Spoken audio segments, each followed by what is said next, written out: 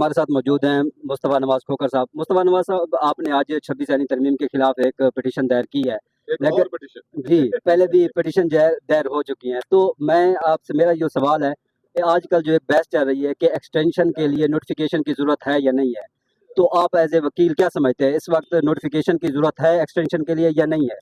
देखिए, ये क्लैरिटी तो हुकूमत को लेकर आनी है। कल रात को मैं एक टीवी प्रोग्राम में बयान सुन रहा था बैरिस्टर अकील मलिक साहब का, जो वज़ीर मुमलिकत बराए कानून भी हैं, और उन्होंने कहा कि पहले कहा कि नोटिफिकेशन हो चुका है और मुद्दत मुलाजमत जो है गालिबन 2027 तक है, और फिर उसके बाद उन्होंने कहा लेकिन साथ ही वफाकी हुकूमत के ये इख्तियारात हैं कि वो नोटिफिकेशन नया इशू कर भी सकती है।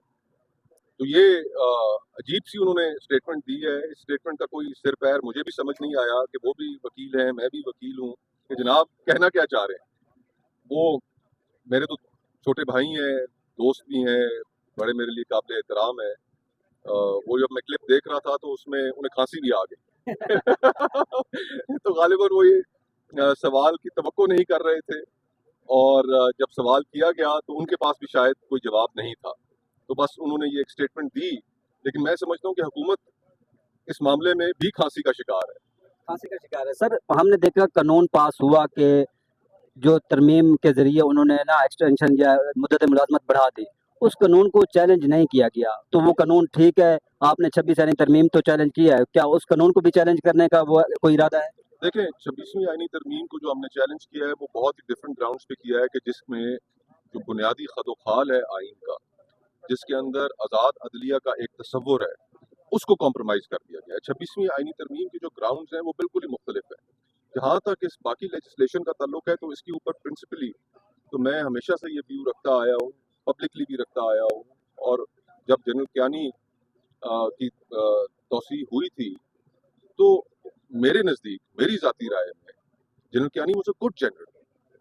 उनके हमें वो वक्त शायद बहुत से लोगों को आज याद नहीं है कि वो पाकिस्तान के लिए कितना कठिन वक्त था, कि हर रोज दहशतगर्दी के वाकयात, दर्जनों वाकयात रोज मरा की बुनियाद पे होते थे। तो हर एजेंट जहाँ जहाँ पर दहशतगर्द मौजूद थे वहाँ पर ऑपरेशन किए गए। बड़ा मुश्किल और कड़ा वक्त था, लेकिन जैसे ही उन्होंने एक्सटेंशन ली तो उनकी वो बाकी जो कामयाबियां थी वो पसे पुश चली गई। और इसी तरह हमने फिर जनरल राहील का दौर आया, वो देखा, उसमें ये सुनगुन मिली कि वो भी एक्सटेंशन चाहते थे लेकिन उनको ना मिल सकी। फिर जनरल बाजवा की एक्सटेंशन हुई, उसमें भी हमने ये देखा कि जनरल बाजवा की जो एक्सटेंशन से पहले जो मॉरल हाई ग्राउंड था, वो एक्सटेंशन के बाद उस तरह का नहीं रहा। तो मैं तो ये समझता हूँ कि ये जो एक्सटेंशंस और इनके मुतालिक जो कानून साजियाँ हैं, सियासतदानों को ऑब्जेक्टिवली बैठ कर देखना चाहिए कि कौम और मुल्क के फलाह में ये है या नहीं है, या सिर्फ उन्होंने अपने सियासी फायदे को सामने रखकर अगर ये फैसले करने हैं तो फिर ये गैर मुनासिब अमल है। शुक्रिया शुक्रिया।